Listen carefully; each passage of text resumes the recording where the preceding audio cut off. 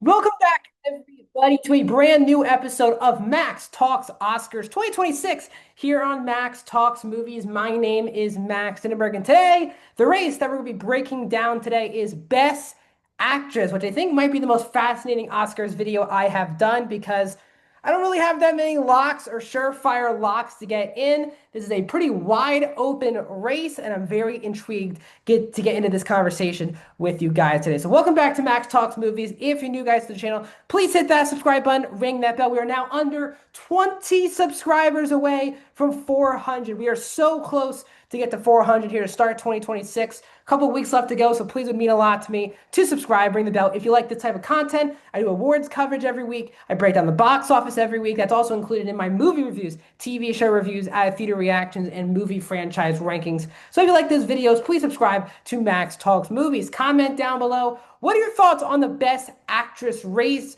Where do you agree with me? Where do you disagree with me? I respond to all comments, so please comment down below. And also, guys, please hit that thumbs up button. So this is the first video. I've already broken down Best Picture, Best Director, and Best Actor in a leading role for a movie. So today is Best Actress. And the way I break it down is I give you basically the Best Actress locks, people that I think that are 99.9% chance of getting in if the Oscar nominations came out today. Then I'm going to go into basically contenders, where these are people who I think have a pretty good chance, like a better than 50% chance to get in to Best Actress, but they're not ones that I can just say right now are just like slam dunk gonna be nominated. And then I have bubble, people that I'm just up in the air, toss up, not sure if they are going to get nominated. And this is a fascinating list because today I have two locks, two contenders, and four actresses that are going for one spot. So that's how I feel about this race. Let's get into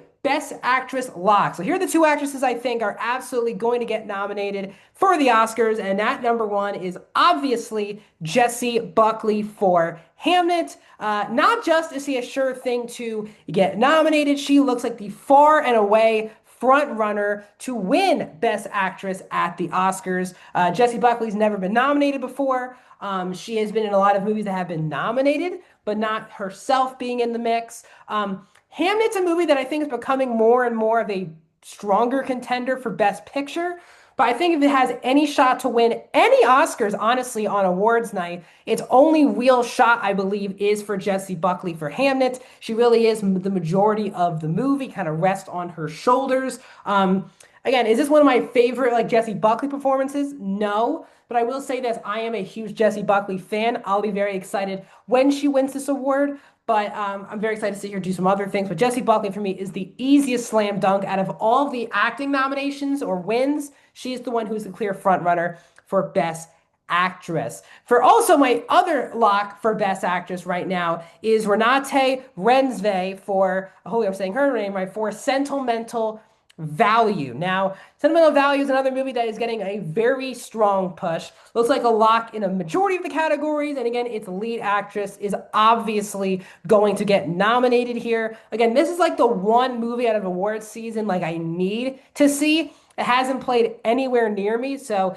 it's the one movie I really want to see to get my clear picture on where it stands in awards season. But I think we can all agree, even if you haven't seen the movie or not, that Reinsve seems like a very much a lock to get in here. Again, I think she might have the second best chance to win if Sentimental Value gets some good pushes throughout awards season. Again, we don't know the momentum swings of the season yet. But again, Neon is such a good studio. They're really promoting this movie a lot. So these to me are the only two locks. And out of all of the director nominations and actor nominations, I have not. I've at least given three locks. Two is not a lot. So now let's get into strong contenders. The contender list for Best Actress. These are two actresses that I think are going to get in for Best Actress, but I can't tell you they're a slam dunk lock right now. Let's start off with Emma Stone for Begonia. Now, Begonia now seems like a movie that is pretty much a slam dunk to get in for Best Picture. And also, Emma Stone is one of the most respected actresses in the world.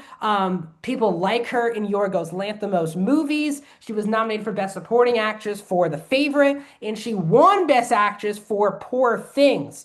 So if Emma Stone gets nominated, it would be 3 out of the 4 Yorgos Lanthimos movies she is in, she gets nominated for at the Oscars. I still think, and I saw the movie. I'm not the biggest fan of Begonia, but the thing I'm the biggest fan of is Emma Stone in Begonia. It's one of my favorite performances still of the entire year, male or female. She's won 2 Oscars for La La Land and for Poor Things. And with a lot of unknowns in this race, she probably has the most credentials out of any of the actresses that is going to be in this race. I think that helps her out a lot. And the fact that Begonia is tracking to be nominated for Best Picture, among other things, I think helps Emma Stone out as well. The other person I think is probably going to get in, but again, not a complete lock, is Rose Byrne for the A24 movie, If I Had Legs, I'd Kick You. This movie continues to get momentum. Not that this movie is going to get Best Picture, but there is kind of a unanimous feeling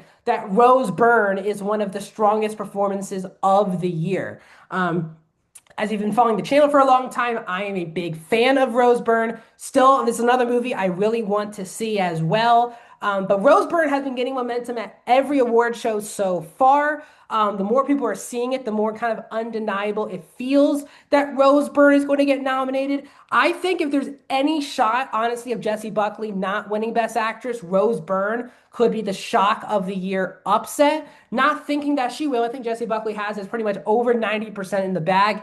If there's a wrench thrown into Best Actress, Rose Byrne, I think, would be the actress for that. It's a very relatable movie, very relatable character, and A24 also needs some awards pushes for this year. This movie will do that. So those are my two contenders, I think, for Best Actress. People who I think are good to get in, not quite sure. And that right there is 4 spots. So those are definitely 4 actresses I think are getting in. And again, if you're not familiar, Critics' Choice, they nominate 6 people. Golden Globes nominate 5 and 5. So basically 10 actresses they're nominating. Oscars to get 5. And now let's move on to The Bubble. Actresses that I think, these are the 4 actresses that I believe are going to be fighting for one final spot at the Oscars. Let's get into it. First, let's talk about Chase Infinity for One Battle After Another. Now, going into the movie, when I saw it, I said, wow, Chase Infinity is a close to a lock for Best Supporting Actress. But the movie and the way they're promoting it, Chase Infinity is now going for lead actress, and they're leaning a lot on Teyana Taylor,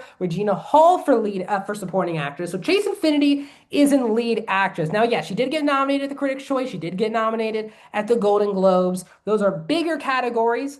And this is the nomination that I think if she gets in for Best Actress, we're going to have many, many wins at the Oscars for One Battle After Another. It's already a heavy front runner for director, even screenplay and picture.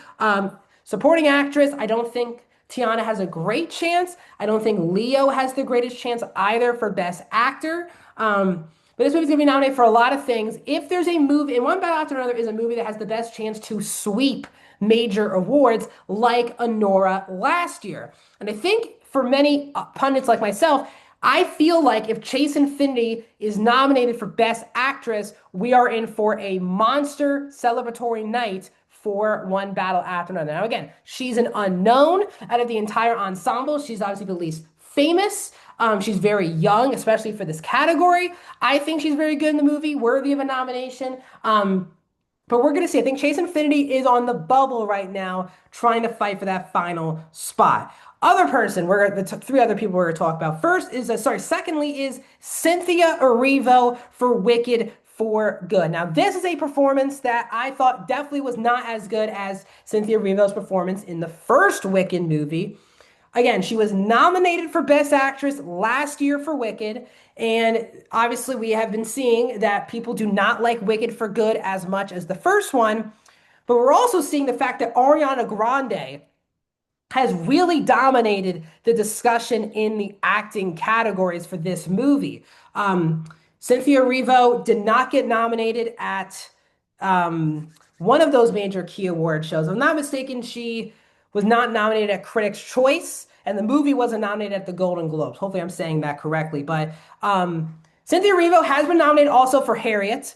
So she obviously is very well respected at the Oscars. But this is a performance that no one said is as good or better than her work in the first movie. It really felt like after the first movie, people had the same passion for Erivo as Grande for their performances in the first Wicked movie. But in the second Wicked movie, everyone undoubtedly believes Grande was the stronger performance. She was even better than she was in the first movie. While Erivo, many people like myself believe her character and her performance was not as good as the first movie. So I think with this movie really losing some momentum in awards season, especially if it does not get in for Best Picture, I also think that means Erivo is probably going to miss this cut for Best Actress. Another person who I think is on the bubble is Amanda Seyfried for The Testament of Anne Lee.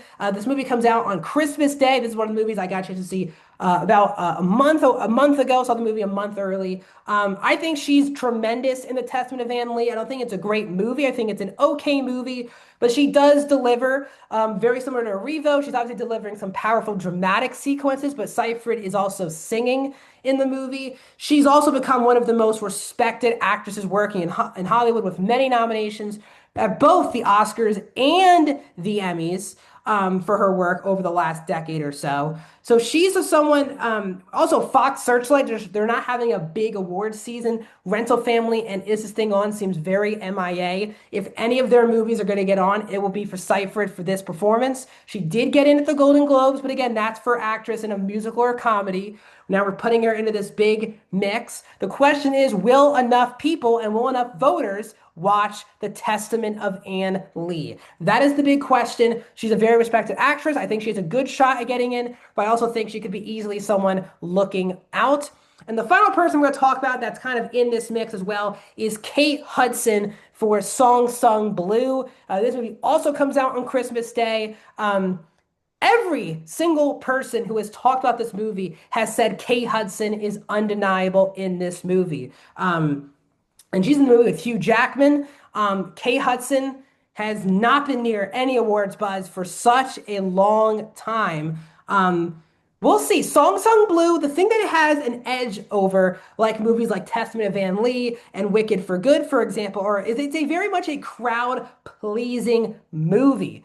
And we'll see if that helps Kate Hudson, because the more people are talking about Song Sung Blue, more people are talking about Kate Hudson. Even Hugh Jackman in interviews has said the one thing I care about with this movie is Kate Hudson being nominated for Best Actress. That's how many people believe she is in the mix. I think she's a dark horse to steal a fifth spot, but we shall see. So yes, I really do believe Erivo, Infinity, Seyfried, and Hudson are really all the ones battling for the final spot for the Oscars. I really have no idea who the Oscars will go with. One battle is going to be the more proven movie for this award season, like Song Sung Blue, Testament of Anne Lee. The only shots those movies are getting into the Oscars is if those two actresses get in. Erivo, her movie is like in a toss-up. Is Wicked for Good even going to be a major nomination threat in awards season? Like, it's just going to be Ariana Grande and below the line things.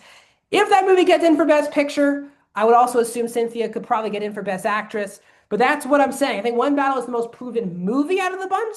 So maybe as of today, I would say Chase Infinity is getting in. But you also have Hollywood legends like Amanda Seyfried and Kate Hudson. And also Cynthia Erivo, people just don't take for granted. She's one of the more respected actresses in Hollywood with her multiple Oscar nominations for Best Actress. So I am very fascinated. It's a wide open race. I really don't think actresses like Jennifer Lawrence, Tessa Thompson, Sydney Sweeney have a shot to really get into this race. It felt like a month ago and again, I believe Sydney Sweeney is my favorite performance out of the bunch. She's my favorite female performance of the year. But that movie has gone also, Christy, completely MIA.